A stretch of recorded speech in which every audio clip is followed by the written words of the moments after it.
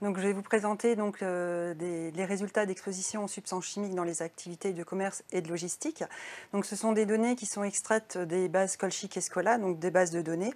Et avant de rentrer un peu plus dans le vif du sujet qui nous concerne aujourd'hui, je vais vous présenter ce qu'est une base de données et comment donc, on complète cette base et on alimente cette base de données. Et pour cela, il faut remonter donc, au niveau du prélèvement, puisque donc, on a parlé de risques chimiques au niveau des salariés, quelle que soit l'étape de la chaîne logistique. Et donc, pour pouvoir connaître les expositions des salariés à chaque étape, on va réaliser des prélèvements, donc, soit individuels donc, ou personnels, donc, en équipant les opérateurs de systèmes de prélèvement qui peuvent être des bâches, des tubes, des filtres, en fonction du polluant recherché, ou mettre en ambiance des points de prélèvement, toujours équipés de supports de prélèvement, bien entendu, pour pouvoir cartographier une ambiance de travail et connaître la pollution qu'il y a dans les ateliers. Ces prélèvements sont bien entendu normés, sont validés, évalués, pour qu'ils soient représentatifs de l'exposition des salariés. Une fois le prélèvement réalisé, on va les analyser, bien évidemment, en laboratoire, via des méthodes également évaluées et donc normées, on va dire. Et tous ces résultats sont enregistrés dans des bases de données afin de pouvoir les exploiter par la suite, donc avec des référentiels pour que chaque analyse ait la même codification au niveau de chaque descripteur de l'exposition. Au niveau international, il y a plusieurs bases qui coexistent. On va avoir les bases nord-américaines, les bases allemandes qui sont les plus anciennes. Et on a également des bases qui vont être un peu plus spécifiques. Au niveau italien, par exemple, on va ne trouver que des composés CMR, donc cancérigènes, mutagènes et reprotoxiques. Au niveau français, comme vous l'avez dit tout à l'heure, on a deux bases, donc Colchic et Scola, qui coexistent et que l'on administre au niveau de notre laboratoire. Tout d'abord, la base Colchic, qui est la plus ancienne, qui a été créée en 1987 à la demande donc, de la Caisse nationale d'assurance maladie des travailleurs salariés, la CNAMTS. Elle est alimentée par les prélèvements réalisés par les 9 laboratoires interrégionaux de chimie et de microbiologie des CARSAT et de la CRAMIF, et également par les laboratoires de l'INRS, dans un objectif de prévention, mais également de recherche et d'évaluation de méthodes de contrôle.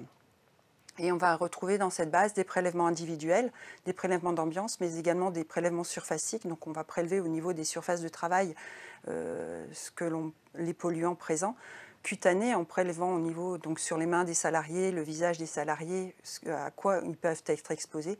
Et on a également des analyses de produits que les laboratoires des CARSAT ont à analyser. La deuxième base, c'est la base de Scola, qui est plus récente, qui date de 2007 et qui a été initiée par le ministère du Travail. Elle est exclusivement alimentée par les laboratoires accrédités qui réalisent les contrôles réglementaires dans le cadre du décret de 2009 sur les substances dangereuses que doivent faire les entreprises tous les ans, annuellement. Et on va retrouver dans cette base que des prélèvements individuels. En ce qui concerne le sujet qui nous réunit aujourd'hui, on a sélectionné les données dans ces deux bases sur une période uniquement de 2012 à 2022, même si Colchic date de 1987, on s'est contraint à une période plus récente pour avoir des résultats qui représentent plus la réalité actuelle. On a interrogé bien évidemment les secteurs de la logistique, donc la section G du commerce et la section H des transports et de l'entreposage. Nous, on n'a pas pris en compte pour la section G l'entretien et la réparation automobile, puisque bien évidemment ça ne concerne pas le commerce proprement dit.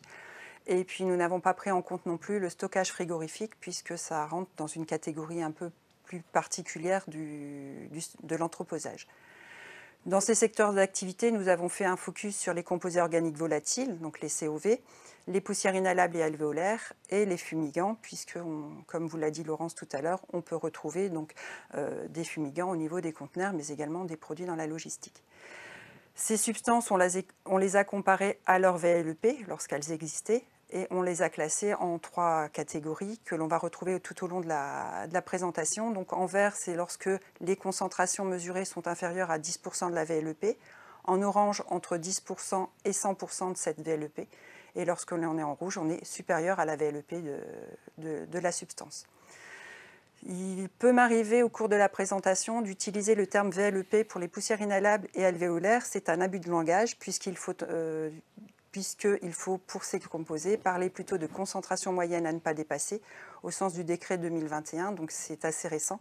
Et par abus de langage, ça peut m'arriver encore dans la présentation de vous parler de VLEP, et je vous prie de m'en excuser pour ce petit lapsus.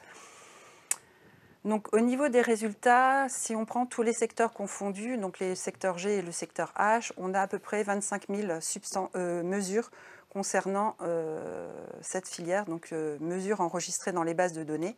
On a majoritairement des composés organiques volatiles, on va retrouver des métaux, des poussières, et également on va avoir dans les autres des émissions de moteurs diesel, de l'ammoniac, on va retrouver aussi de l'H2S, on va retrouver du monoxyde de carbone, etc. Parmi les COV, on a analysé 118 substances, donc on a repéré 118 substances dans cette filière, principalement donc le benzène, le toluène, le xylène et l'éthylbenzène, qu'on va nommer également BTEX, et à moindre mesure le formaldéhyde qu'on retrouve particulièrement au niveau des conteneurs. En parlant de conteneurs, justement, donc on a dans les bases de données 272 mesures, et on a mesuré pas moins de 46 substances dans ces conteneurs, majoritairement à des niveaux très faibles, puisqu'on a majoritairement quand même des mesures qui sont inférieures donc, aux limites de quantification des appareils. Donc on les a détectées, mais on n'a pas pu les chiffrer, donc le niveau d'exposition des salariés. On a 4 substances pour lesquelles on a au moins une mesure qui est supérieure au seuil de quantification. Donc on va retrouver le formaldéhyde, les particules diesel, le pentane et la phosphine. La phosphine étant un fumigant, c'est le fumigant le plus mesuré, puisqu'on a 18 mesures dans le secteur des conteneurs, dont 17 supérieures à la limite de quantification, donc pour lesquelles on peut avoir des niveaux d'exposition qui ne sont pas négligeables. On a analysé également du bromure de méthyle, donc depuis, je vous rappelle, la période d'interrogation de la base, 2012-2022, et ce qui est quand même inquiétant, puisque le bromure de méthyle est interdit d'utilisation en France depuis 2010 dans le secteur de la logistique.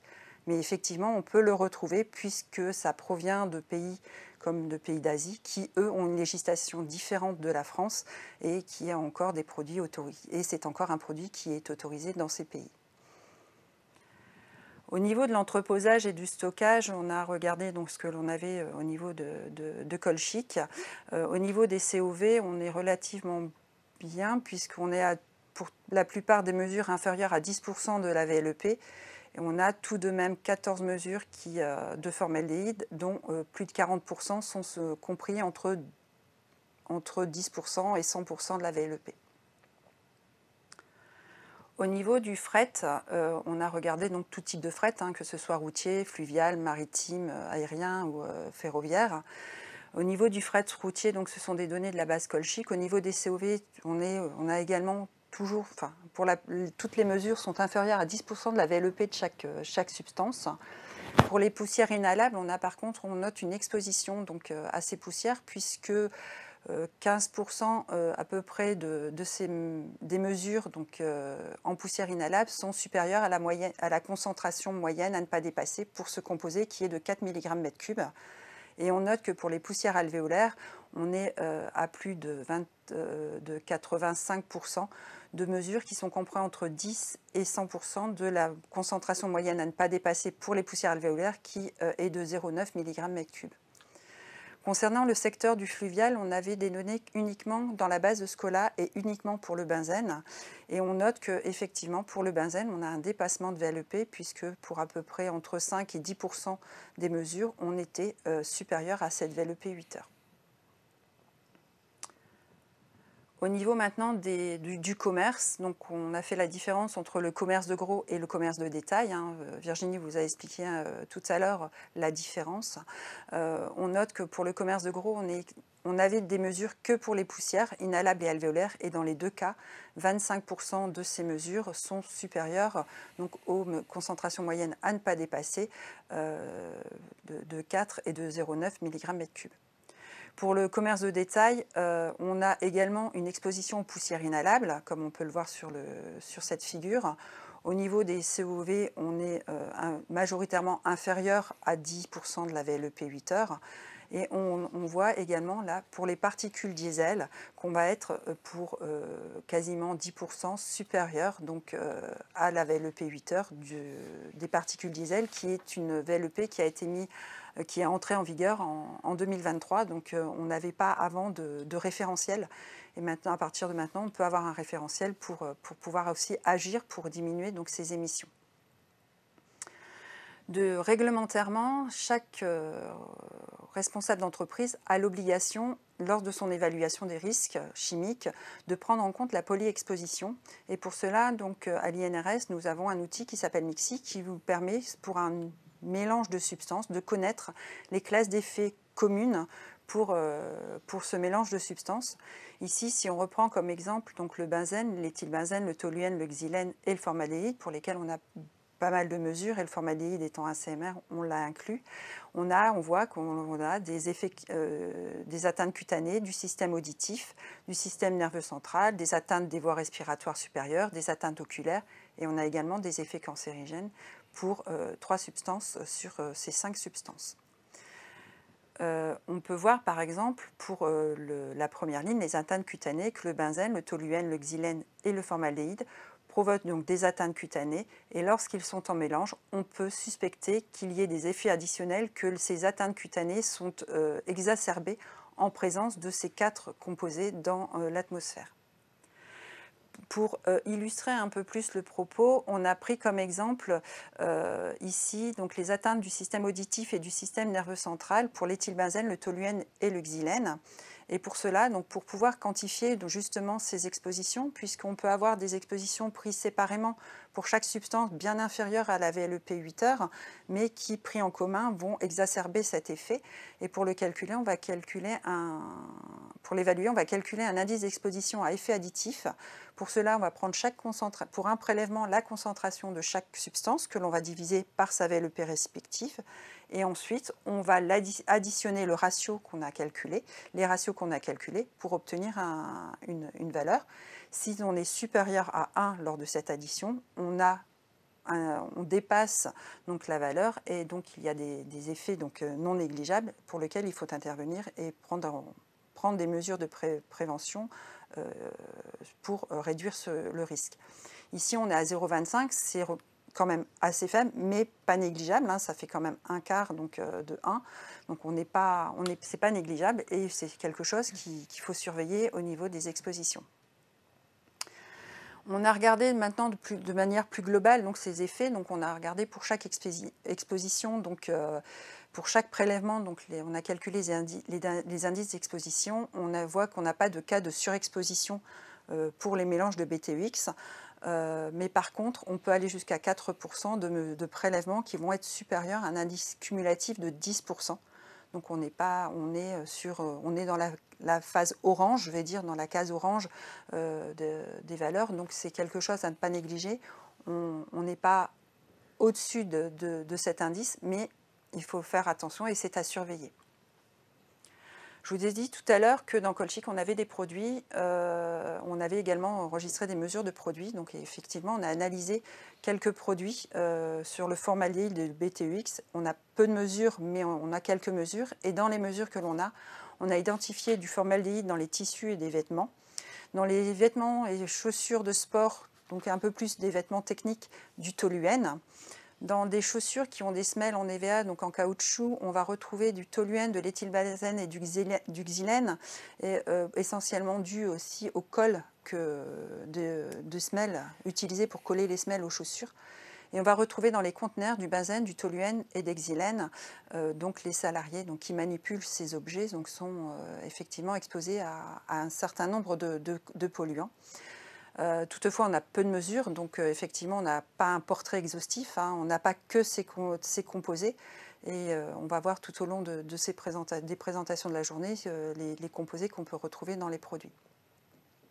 Donc en conclusion de ma présentation, donc on voit qu'on a des niveaux d'exposition qui sont faibles par rapport aux valeurs limites professionnelles, mais attention, les valeurs limites professionnelles, c'est qu'un objectif minimal de prévention. Il faut bien entendu essayer d'avoir des niveaux d'exposition les plus faibles possibles, donc, et voire même pour les CMR de réduire ce risque à 0 en supprimant le CMR ou en confinant au maximum.